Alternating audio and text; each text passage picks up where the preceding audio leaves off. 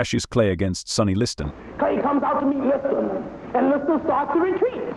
If Liston goes back in his father, he'll end up in the ringside seat. The bout was held on February 25, 1964 in Miami Beach, Florida. It was second title defense by Liston. The Ring magazine named the Clay-Liston match Fight of the Year. Liston was the world heavyweight champion with a record of 35 wins and 1 loss. I'm young, I'm handsome, I'm fast, I'm pretty, and can't possibly be beat. You might be young and handsome, but you won't be after I finish with you. If you like to lose your money, be a fool and bet on Sonny. I'm pretty sure people's not a fool to bet on you. They have to be a fool and bet on me. At the time of the Liston-Clay fight, Sonny demolished former world champion Floyd Patterson by a knockout at 2 minutes 6 seconds of the first round in September 1962. A left to grazing right and a solid left to the cheekbone.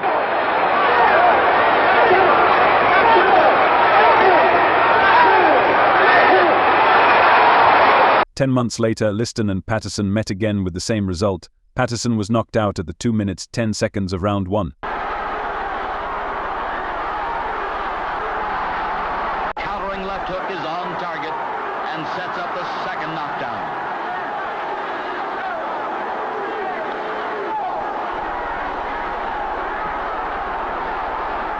Two jarring right hands are followed by the knockout blow, the left uppercut. It was first title defense by Liston. Fight has been stopped, this time in 2 minutes and 10 seconds. The contract for the bout between Sonny Liston and Cassius Clay was signed on November 5, 1963. The fight took place at the Convention Center in Miami Beach. Liston claimed to be 32 years old at the time of the bout, but many believed that his true age was closer to 34, perhaps even older. Sonny was someone who didn't like to laugh. He didn't make many public appearances or joke around. If Sonny Liston whoops me, I'll kiss his feet in the rain.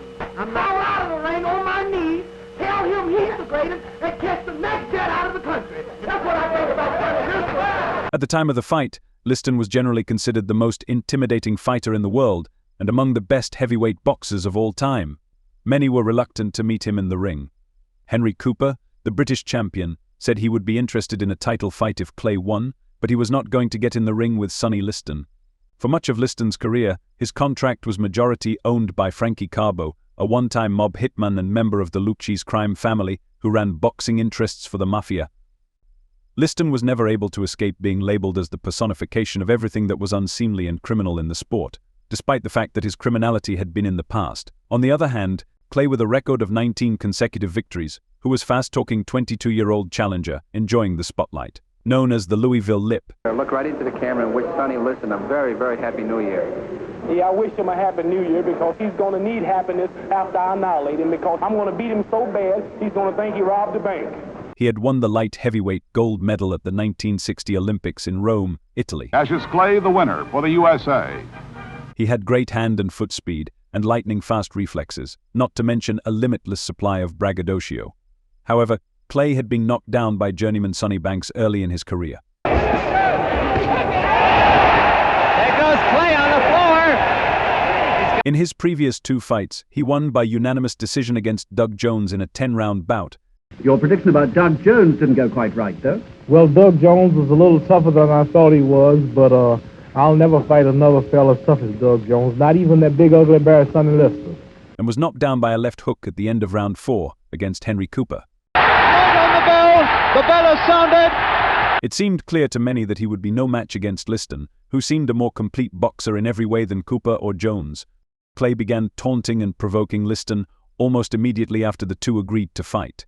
He purchased a bus and had it emblazoned with the words, "Liston must go in 8." On the day of the contract signing, he drove it to Liston's home in Denver, waking the champion in the middle of the night, shouting,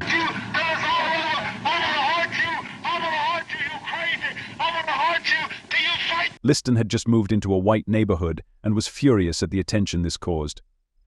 Clay took to driving his entourage in the bus to the site in Surfside, Florida, where Liston, who was nicknamed the Big Bear, was training, and repeatedly called Liston the Big Ugly Bear while holding the bear collar. Liston grew increasingly irritated as the motor-mouthed Clay continued hurling insults. After the fight, "I'm gonna build myself a pretty home and use him as a bearskin rug. Liston even smells like a bear. I'm gonna give him to the local zoo after I whoop him." Clay's brashness did not endear him to white Americans and, in fact, even made Liston a more sympathetic character. The editor of American publisher, The New Republic, Murray Kempton, wrote, "Liston used to be a hoodlum. Now he is our cop. He was the big Negro we pay to keep sassy Negroes in line." It has been widely stated that Clay's antics were a deliberate form of psychological warfare designed to unsettle Liston by stoking his anger, encouraging his overconfidence, and even fueling uncertainty about Clay's sanity. As Clay himself said, "If Liston wasn't thinking nothing but killing me, he wasn't thinking fighting. You got to think to fight." Clay's outbursts also fed Liston's belief that Clay was terrified. Clay said later, "I knew that Liston, overconfident that he was never going to train to fight more than 2 rounds. He couldn't see nothing to me at all but mouth." In contrast, Clay prepared hard for the fight, studying films of Liston's prior bouts, and even detecting that Liston telegraphed his punches with eye movement. Cassius' outbursts reached their peak at the pre-fight weigh-in. When Liston appeared, Ali went wild. He had chanted, "I want to rumble," before saying, "You're a tramp. I am going to eat you up." Hey, can you let us see this? Hey, let us see him. Let us see him.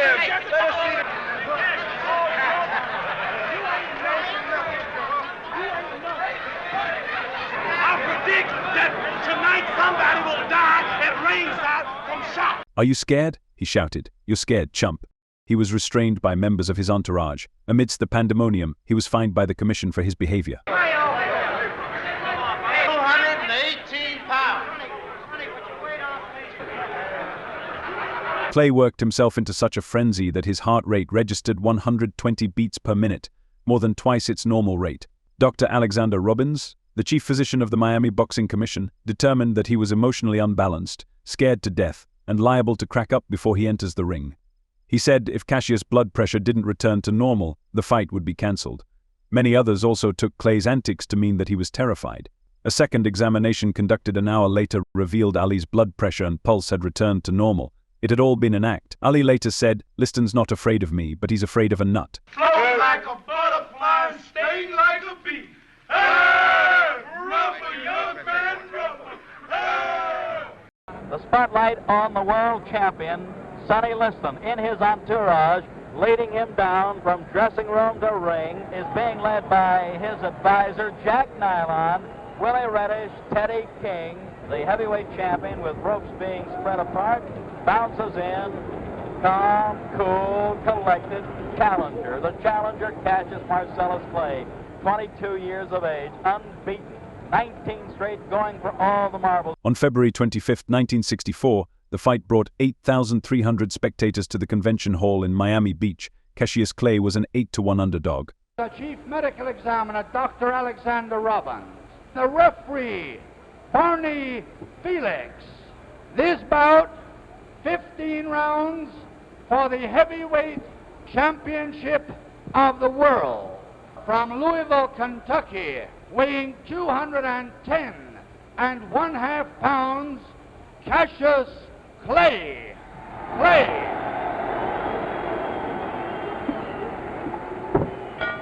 From Denver, Colorado, weighing 218 pounds, the heavyweight champion of the world, Charles Sonny Liston. During the referee's instructions, many of viewers were surprised to see that Clay, 6.2½, was considerably taller than Liston, who was 6.1 feet tall. While receiving instructions, Liston glowered at Clay, while Clay stared back and stood on his toes to appear even taller. Clay later said of the moment, "I won't lie. I was scared. It frightened me, just knowing how hard he hit. But I didn't have no choice but to go out and fight." 31-year-old Sonny Liston, 22-year-old Cassius Clay. Sonny the champion, Cassius the challenger. At the opening bell, an angry Liston charged Clay, looking to end the fight quickly and decisively. Looking at Sonny to lunge, carrying his left hand dangerously low. Note that the champion, Liston, the aggressive man, a good heavy shot. However, Clay's superior speed and movement were immediately evident, as he slipped most of Liston's lunging punches, making the champion look awkward. Cassius, awkwardly fast. Good long left lead that might keep the champion a bit off balance. Clay clearly gained confidence as the round progressed.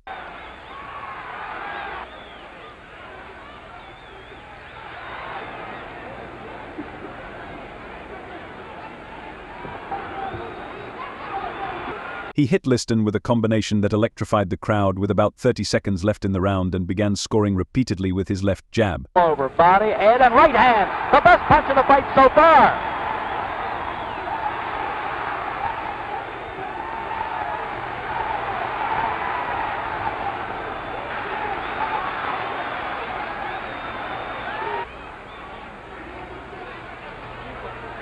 We're down to the closing seconds of this first round, and the long left lead is making the difference so far by Mr. Clay. The round lasted an extra 8 seconds because referee Barney Felix didn't hear the bell.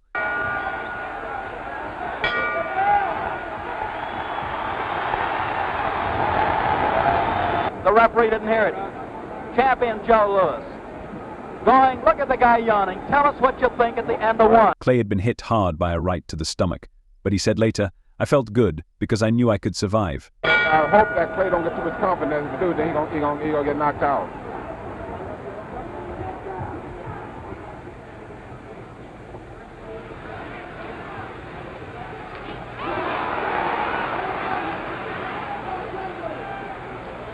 Through the second round, Liston was constantly throwing jabs at Clay, who dodged almost every strike and counterattacked rarely. Sonny is actually not headhunting at this point. He's content to rip toward the body, trying to bring the guard down and then go upstairs.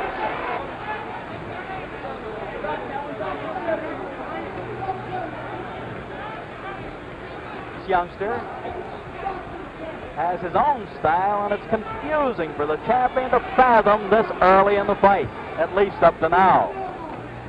Sonny cornered Clay against the ropes and hit him with a hard left hook, but failed to press his advantage. Inside, if you watch closely, the champion is clubbing away, and then, of course, the challenger has to move him away.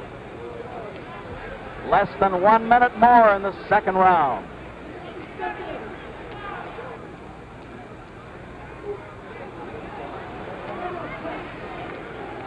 He wants to use it as a left lead, a lead to other shots if he can get this kid to stand still and then rip the body.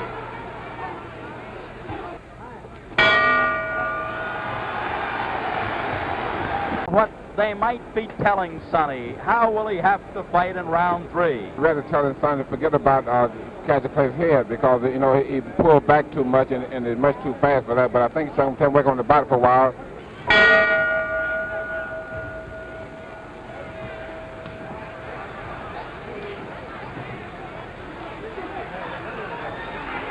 In the third round, Clay began to take control of the fight. At about 30 seconds into the round, he hit Liston with several combinations, causing a bruise under Liston's right eye and a cut under his left. Jarring right hand that time, folks. Another one. Sonny wobbles. Sonny wobbles. Cassius has him hurt. Liston was rocked as he was driven to the ropes. Sonny is talking to...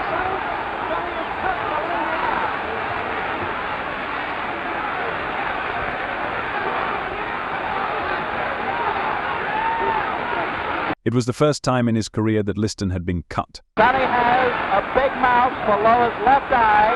He has a cut below the eye, and he's getting hit with all the punches in the book.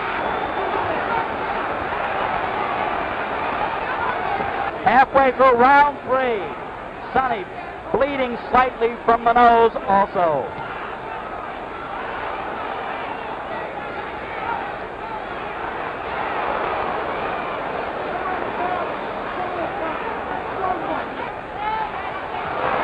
A clearly angered Bear rallied at the end of the round as Clay seemed tired and delivered punishing shots to Clay's body. Oh, the bone is a bit hurt.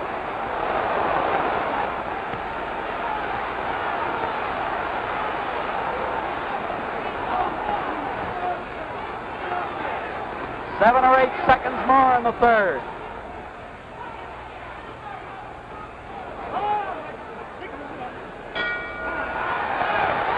Or with our creepy peepee camera right in tight, we're going into Sonny's corner.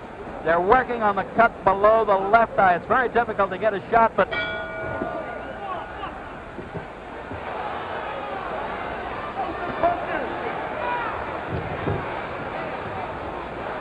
At the beginning of the fourth, fighters were passive. Clay was keeping his distance, shooting jabs with Liston. I'd like to point out the champion is strong, durable, takes the good shot. However, he's being outmaneuvered at most points because this fella has that awkwardly fast style of going side to side, moving the upper part of his body.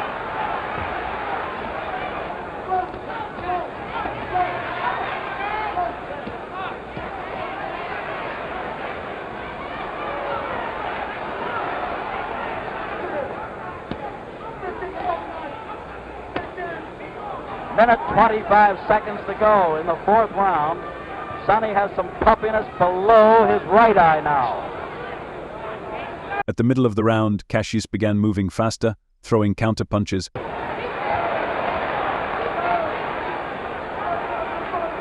Less than a minute to go in this fourth round. Ooh! Turned it short to a good hook.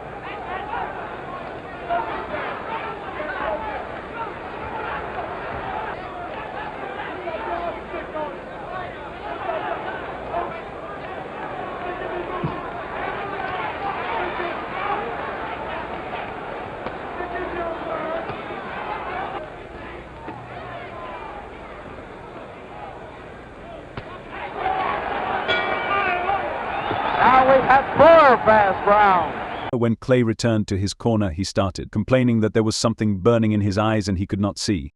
Cassius said, "Cut the gloves off. I want to prove to the world there's dirty work afoot." And Angelo Dundee said, "Whoa, whoa, back up, baby. Come on now, this is for the title. This is the Big Apple." Dundee got the sponge and poured the water into his eyes, trying to cleanse whatever was there.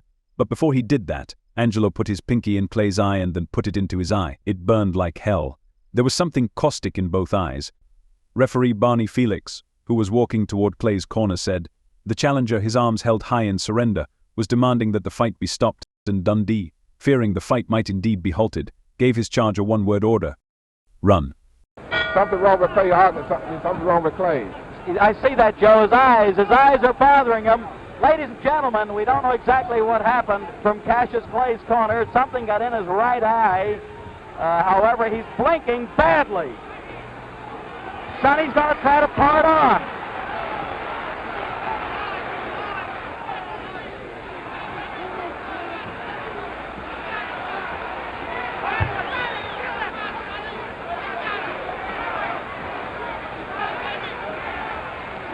Still having some problems with his eyes. He's blinking and he's bouncing away continually. Clay later said he could only see a faint shadow of Liston during most of the round, but by circling and moving he managed to avoid Liston and somehow survive.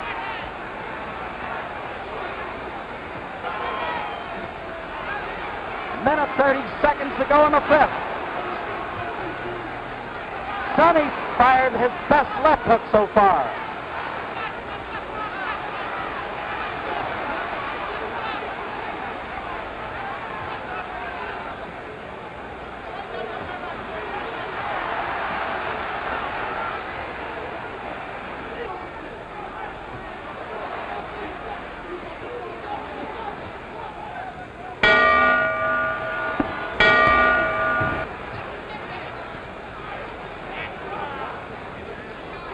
By the sixth round, Clay's sight had cleared, and he began landing combinations almost at will. Most of the time, easy target. Easy.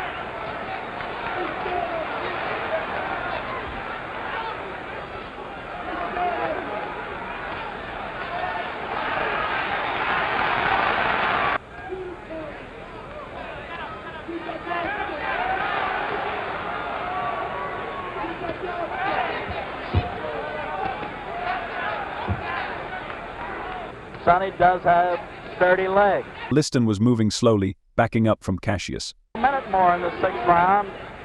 The champion has slowed down a bit.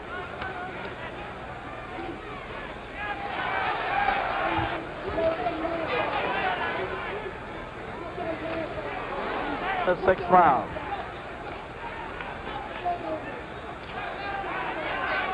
Sonny can't seem to slip or knock down that jab effectively.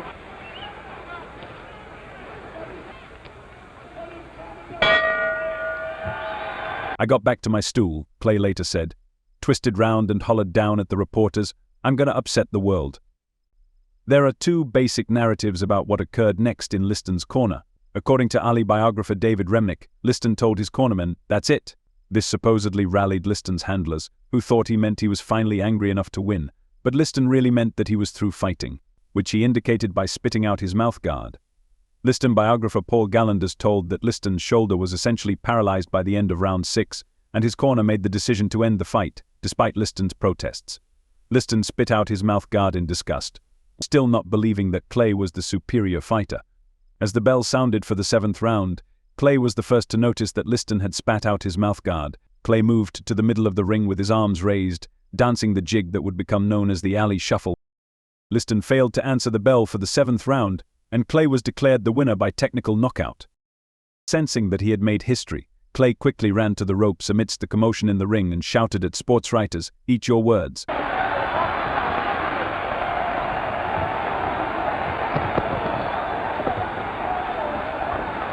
Barney Felix, the referee. Barney, you stopped the fight at the end of 6. Is that recorded as a 7th round knockout? It is a 7th round knockout. It's recorded as a 7th round knockout. And thank you, Barney. You did a good job. Okay, get Cassius. Wait. Whoa. In a scene that has been rebroadcast countless times over the ensuing decades, Clay repeatedly yelled, "I'm the greatest, and I shook up the world." Come here, champ. I'm the greatest thing that ever lived. He called the writers hypocrites and said, "Look at me. Not a mark on me.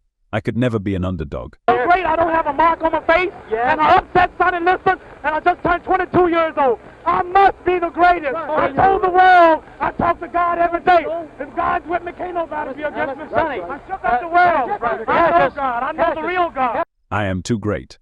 You told me when you visited in Los Angeles you could do it in 8. Well, you thought Sonny and figured Sonny was great. You did it in 7. I had him going in 8.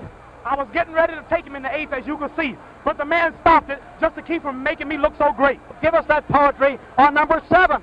He wanted to go to heaven, so I took him in 7. You took him in 7. I am the king of the world. Oh, I'm a bad man. I shook up the world. I shook up the world. I shook up the world. Wait a minute, Cash. Wait a minute. You must listen to me. Now listen to I am the double. All right, hold it. Ladies and gentlemen. Wait, hold it. They're throwing the champ, but I don't think so. All right, tell us this. All right, Cash. Many theorized that a substance used on Liston's cuts by Joe Polino, his cutman, may have inadvertently caused the irritation that blinded Clay in round 4. Joe Polino had used Monsel's solution on that cut, Angelo Dundee said. Now what had happened was that probably the kid put his forehead leaning in on the guy, because Liston was starting to wear in with those body shots, and my kid, sweating profusely, it went into both eyes. He's still on microphone. We're trying to get somebody to you, ladies and gentlemen. All we can say at this point, as we look into the face of Cassius Clay. 2 days after the fight, heavyweight contender Eddie Meichin said he believed that Liston's handlers made deliberate use of illegal medication to temporarily blind Clay. The same thing happened to me when I fought Liston in 1960, Meichin said. I thought my eyes would burn out of my head, and Liston seemed to know it would happen. He theorized that Liston's handlers would rub medication on his shoulders, which would then be transferred to his opponent's forehead during clinches and drip into the eyes. Clay did the worst thing when he started screaming and let Liston know it had worked. It is noteworthy that Meichin did not mention the eye-burning problem immediately after his fight with Liston, citing an injury to his arm as contributing to his defeat. Meichin said Clay was fortunate to have veteran handler Angelo Dundee in his corner. Angelo changed sponges after the 5th and got medication out of Clay's eyes. Eddie went 12 rounds with Liston in 1960 but lost the decision and wasn't impressed with Clay's victory. Ange, tell me, what are his plans? Would he fight a guy in the top 6, say like an Eddie Meichin, for example? Fight anybody. He'll be a fighting heavyweight champ. It's the best thing that happened to boxing. All right. Why do you give us that story? This guy gives a lot of zets in boxing. Keeps people talking boxing. What do we want? We need people like that in boxing. It's a fresh young kid that we need. And this kid's done a lot for boxing. I'm thrilled to be with him. Liston said he quit the fight because of a shoulder injury, and there has been speculation since about whether the injury was severe enough to actually prevent him from continuing. Immediately after the fight, Liston told broadcasters that he hurt the shoulder in the 1st round. Jack Milon, Liston's advisor, said, "Sonny hurt his shoulder during training, but we decided against postponing the fight because we thought we could get away with it." Dr. Alexander Robbins, chief physician for the Miami Beach Boxing Commission, diagnosed Liston with a torn tendon in his left shoulder. A team of 8 doctors inspected Liston's arm at St. Francis Hospital in Miami Beach and agreed that it was too badly damaged for Liston to continue fighting.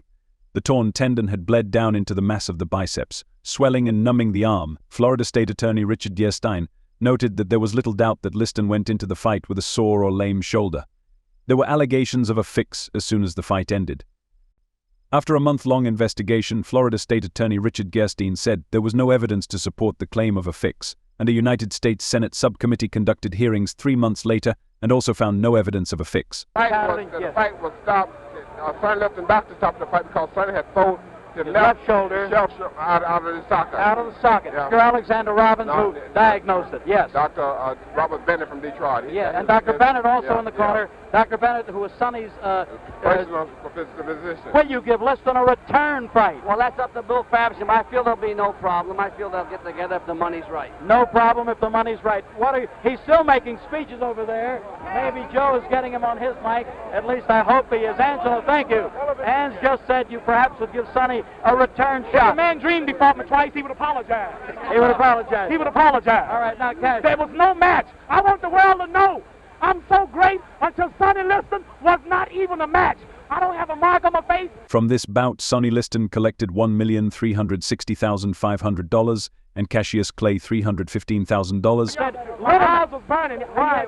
We thought that maybe Ange or one of your cornermen put some stuff on the towel by mistake. The man's trainers are dirty. Later, the Ring magazine named the Clay-Liston match Fight of the Decade and Upset of the Decade. That's what you're trying to say? My whole face is burning. Your face was burning. Still burning. I whooped him. He couldn't even hurt me. We're watching Cassius Clay, Joe, leave the auditorium.